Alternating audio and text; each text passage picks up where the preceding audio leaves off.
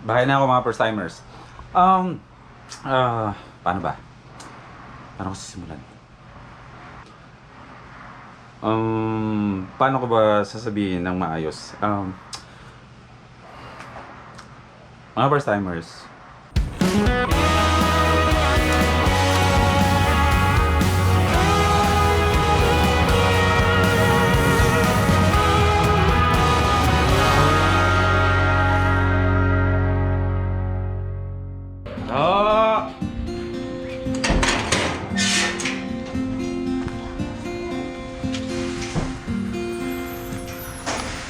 Si Kuya Eddie. Sama na naman ang panahon. Madilim na naman. Kasi dapat lalabas nga ako ngayon. Ayoko nang isuong yung sarili ko sa ulan kasi inulan nga ako sa Cavite, 'di ba? Nakita niyo naman sa vlog. Kaya ginagawa ko ngayon, araw-araw nagvo-vitamin C na ako. Tsaka ayun, lemon na nilalagay ko sa tubig para laging ma-maintain na malakas ang katawan natin. Good morning, Kuya Eddie! Kamusta? Dalawang tig-5, tapos tig-10 dito. Tsaka syempre, alam mo na yun. O sa'yo, oo. Matabang yung sa akin. Matabang. Ay kuya, saglit lang. May ibibigay ako sa'yo. Ayan o.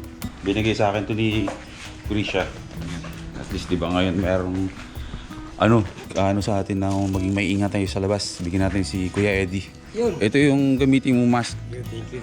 Para at least mas safe yan kaysa dyan sa ginagamit mo. Ano? Mas kailangan mo. Oo, mas ano yan. Mas okay yan gamitin. Yun, salamat. Sige kuya. Mag-ingat ka. Yun, nasa salsi muna tayo.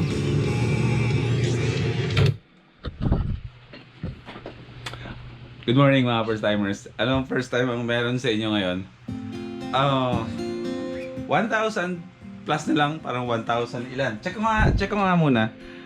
Natutuwa ako at na-excite na ako eh. 1,600 na lang mga first timers, 100k na tayo. Kasi konting-konti na lang, 100k na. Tira, pulas lang ako.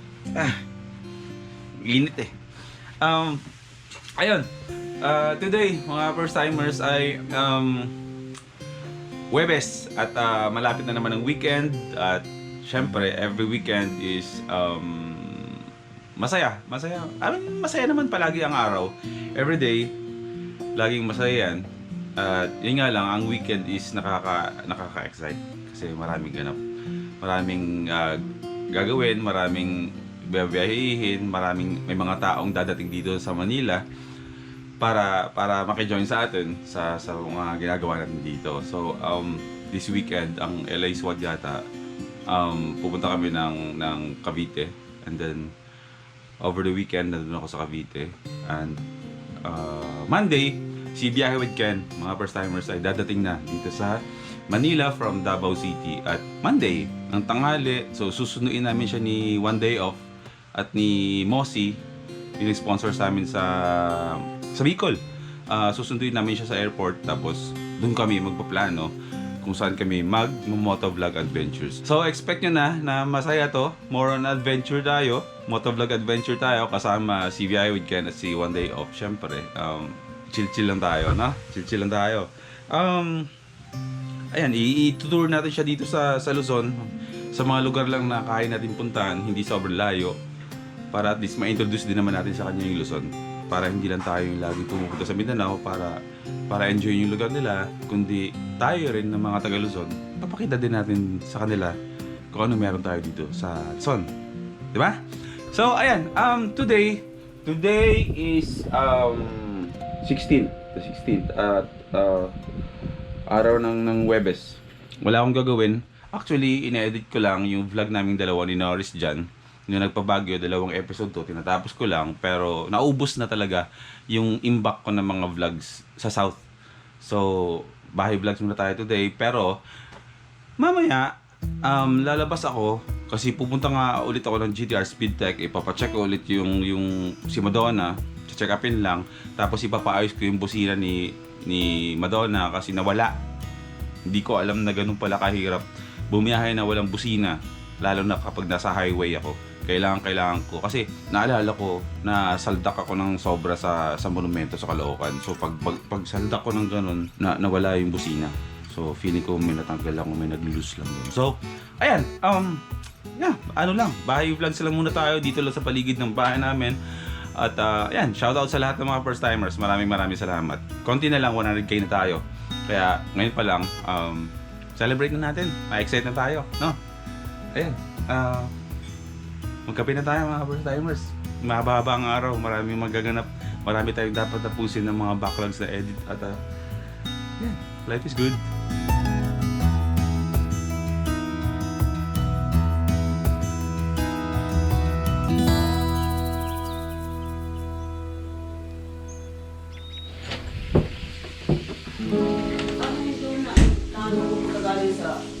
Sige na, ano mo yan? Opo, pupunta akong palengke. Ano yun, uuwi ka na nun? Kasi pabibili ako ng uma. Di, bago po ako pumunta ng GTR Speed Tech, bili ako nun. Yung ointment. Ang bilang ako ng ano? Yung map. Bili ako map. Pansahig? O, sige po. Ah, Bili ako, sige. kaya ano, hindi ko pwede sa Yan yung pang lunch natin, Nay. Ding-ding. bagong isda. Nice, sarap pa. Gulay. Pampahaba ng buhay. Chan ko, pataba. Yan mga first timers ang ulam namin today. Lunch namin. Plus itong isda. So more on gulay isda tayo ngayon. Napapansin ko kasi parang hindi tayo masyadong nagbababoy ngayon. No? Ayaw kasi nanay ka ng baboy, diba? Kung naaalala niyo. Tayo doon naman yung pinagluluto ko ng baboy. Kami lang daw. Eh kahit mahilig naman tayo sa baboy, eh mahilig din naman tayo sa gulay. Yeah. So, anong oras na ba? 10:20. Maaga pa para lumabas. Siguro, tapusin ko lang mga first timers yung ine-edit ko yung part 2 nitong bago namin ni Norris. Kasi malamang matagal pa bago ma-upload to kasi si Bro Norris today is nasa Nueva Vizcaya. Kaya hindi niya maasikaso. Dapat kasama kami. Pero ang plano is soon magkakaroon kami ng Bigel! Bigel, tahimik muna. O, yung mga naghahanap kay Bigel, nandiyan lang siya sa likod. Wait lang, pakita ko sa inyo. Huwag mo dilaan yung ano ko. Ito yung pusa naming malandi, oh. Ha? Puro may mga manliligaw ka. Ha? Wala kang ginawa kundi malalaki sa labas? Ha? Ha? Ang aga-aga mong ano, ha? Ha? Ha? Nagpiwisit ako kasi yung mga pusa dito sa amin, kakaingay. Yung iba yung tunog nila, parang nag-ngar-ngar. Parang ganyan. Eh, ang ibig sabihin pala nun, eh, parang nagliligawan yung mga pusa dito. Ganun pala sila magligawan. So parang pangapat na araw na ngayon na wala kaming marinig, kundi ngar-ngar. Mula umaga hanggang gabi, hanggang madaling araw, ganun sila. Ay iniiwasan ni Hana na lumabas yung pusa niya, si Asi, kasi nga sigurado pag lumabas dito yun, eh buntis yun. Kasi yung pusa nila Rap-Rap na dalawang pusa yun, may gusto kay Asi. Ngayon si Asi ngayon, eh abay, kumakaringking yun. Laging lumalabas dito. Kaya lagi ito nakasara. Ganyan. Kasi ito lang ang alam ni Asi na way out para makalabas dito. Makita niya yung mga boys. Eh dalawa yun. Ay, ang gusto ng kapatid ko naman is ang magiging tatay ni Asi is etong pusa ko na si Sandy. Ang problema, hindi naman siya trip ni Asi. Hirap ng ganun, no? Pilitin mo yung tao na ano, gustuhin ka, pero ayaw naman talaga sa'yo. Kahit sandali! Yan, dito sa bahay. Love is in the air daw. Ay, mga pusa to. Ngayon lang kasi, mag-iisang taon pa lang kami nag-aalaga ng mga pusa. Ganito pala to mga to. Ano? Sinong inaantay mo? Ha, Asi? Nakaabang ka na naman dyan, ah. Sabi ko sa inyo, eh. Inaabang-abangan niyo yung mga boys niyo dyan. Dalawa yun. Ayaw ko isipin. Iba yung pumapasok sa isip ko.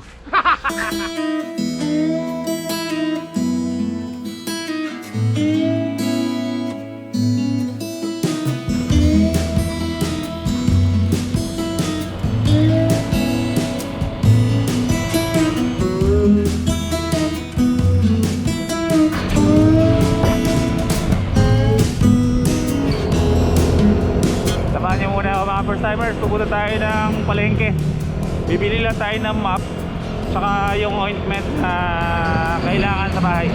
Yan, luwag ng daan, no?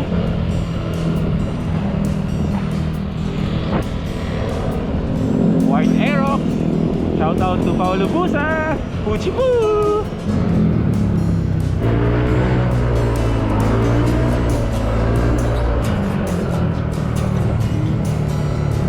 Ayun, tulad ng mga gano'n, no? Wala akong busina. Kailangan natin paayos talaga yung busina. Punta lang tayo palengke, mga first timers. Silipin lang tayo.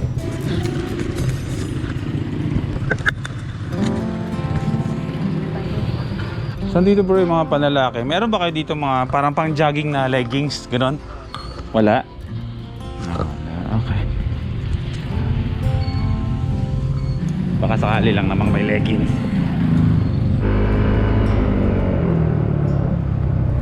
Hindi po ba pumasok? Pero ano po, ang kailangan pumasok, bibili lang po sana ako ng map dyan. Pwede ko mag-park lang tapos bibili ako ng map, yung ulo lang ng map. Taga-Dakila po ako. Papakita lang ako kahit na anong item. Naki-RC. O sige po, magpa-park muna ako. Saglit lang naman ako. Medyo mahirap kasi talaga dito sa palengke. Kahit na sabihin mong GCQ na kami dito, ganun pa rin. Hindi basta-basta ang papasok ko na basta-basta dito. Okay na po. Dito lang ako saglit. Salamat! Kaya meron kayo dito ng ano lang, ulo lang ng map. Yung mismong ano lang. Sige. Thank you. May nabibili po bang ganitong ointment dito? Ito. Ayun. Bili na ako ng ano. Dalawa po. Ito na yung ointment na kailangan natin. Okay, yung map na lang.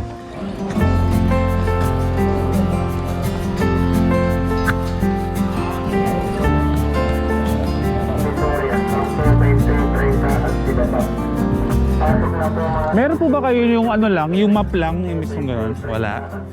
Sige po, thank you.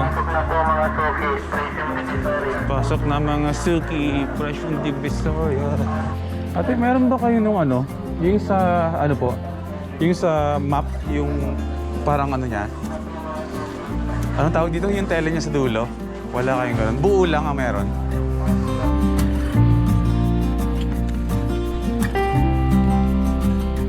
Kaya magkano po to? 125? Sige, ito na lang. Ang ganda naman ng mga cactus dito. Kuya, magkano yung cactus nyo? Ito? 350? Mahal talaga yung ganito kasi mga rare yung ganitong cactus eh. Magkano last price nito? Para balikan ko na lang. Ha? 330. Ganda no?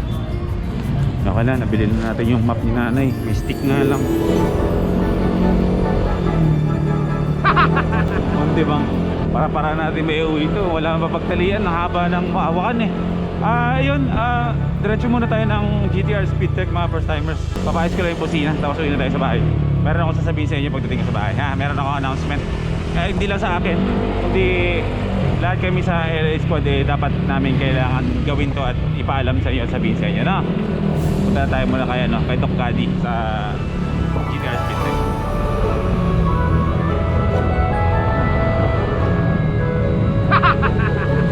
Dok, meron ako pasalubong sa'yo. Salamat po ha. Hindi makakain ha. Map yan. Hello po. Meron tayong ano dito ha. Hello po. Yun. Paubos na pala yung battery ko. Ayun, andito tayo ngayon sa GTR Speedtech ulit mga first timers. Mabilisan lang to. Hindi ko nahabahan muna yung vlog dito. Next time pagbalik ko na mag-vlog tayo na maayos. Palaupat na yung battery ko. 11% na lang. Dok! Kayo na ano yun? Ayun Dok, yung ano ko, nasaltak ako na malakas Nawala yung ano ko. Busina ko. Kaya hirap bumiyahe na walang busina? Ngayon ka lang. Basic. Ayun nga, palaubat na yung battery natin. Ipapaayos ko lang mga first timers yung busina natin. Parang protection na rin natin kasi yung busina sa biyahe natin, lalo na ngayon at madalas tayo napapanorte pa south. Pabalik-balik tayo. So bukas kasi babiyahe tayo papuntang south na naman. So kailangan ko yan kasi naglalakihan yung mga truck sa highway. Diba? So pagawa lang muna natin. GTR Speedtech mga first timers ha. Dito ako nagpapagawa kay Madonna. Dito lahat ginagawa yan. So kung may time kayo at malapit kayo dito sa Malolos, Santa Isabel Church lang, GTR Speed Tech. Dito ako nagpapagawa kay Madonna. Lahat ng kailangan gawin sa kanya, dito ako ginapa na magawa. Yan, si Doc Gaddy ang gumagawa ng motor natin. Na, kanina naman to, napakaganda naman ng kulay nito. Alido. Alido, ang ganda ng kulay, no? Parang sa Laginto. Oo, sa dito. Sa Laginto, no? Yung, alam niyo na yan. Ang murap na yan, pinagawa rin sa atin. Wow, sarap. 62. 62. Sarap! Ano bro, kamusta? Kamusta ang team Kalikot? Si Kuya dito, hindi talaga siya may kaya dito ah. Pupunta lang siya dito pag makakalikot lang siya ng mga motor na binabahan dito. Nanginginig yan pagka hindi nakakaalam. Adik, oh, no. Kahit kanino motor, gusto mo talagang ano? Motor lang ha. Oh, motor lang kalikutin mo sa... Ay, Ate Trish.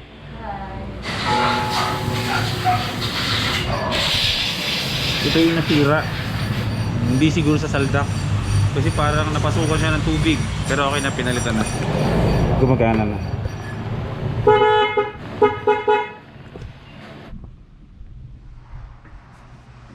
Bahay na ako mga first timers. Paano ba? Nabanggit ko kanina, meron ako sasabihin sa inyo. Seryoso muna tayo at yun nga, meron ako announcement sabi ko sa end of ng vlog na to. Paano ko ba sasabihin ng maayos? Mga first timers, hindi naman lingid sa inyo na itong pag-YouTube ay ito yung trabaho ko, di ba? Yung pag-alis-alis, nasa larangan tayo ng travel vlogs, di ba?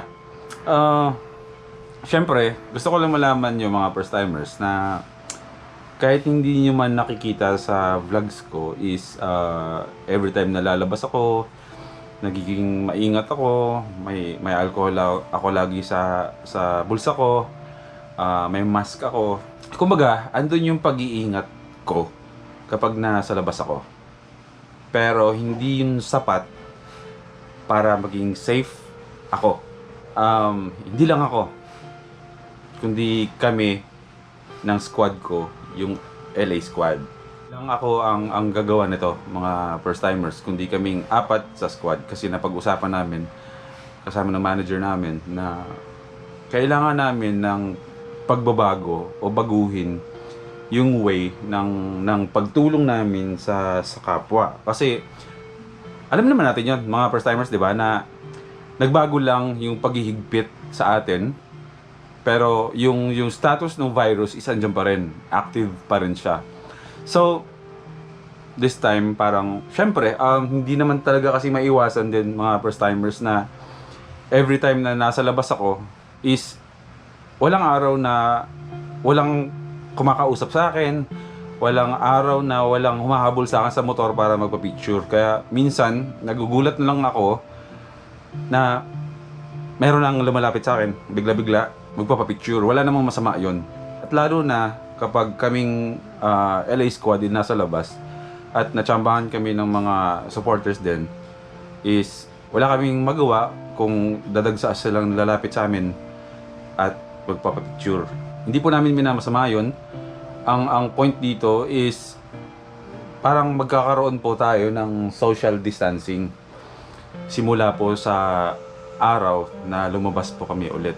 Gusto po namin na-explain sa inyo para sa protection ninyo at protection din po namin. Pag nagkita-kita po tayo sa daan, relax lang po tayo, pero magkakaroon po tayo ng social distancing po muna. Wala po munang contact na malapitan, or wala po munang fist bump or siko-siko na ganyan.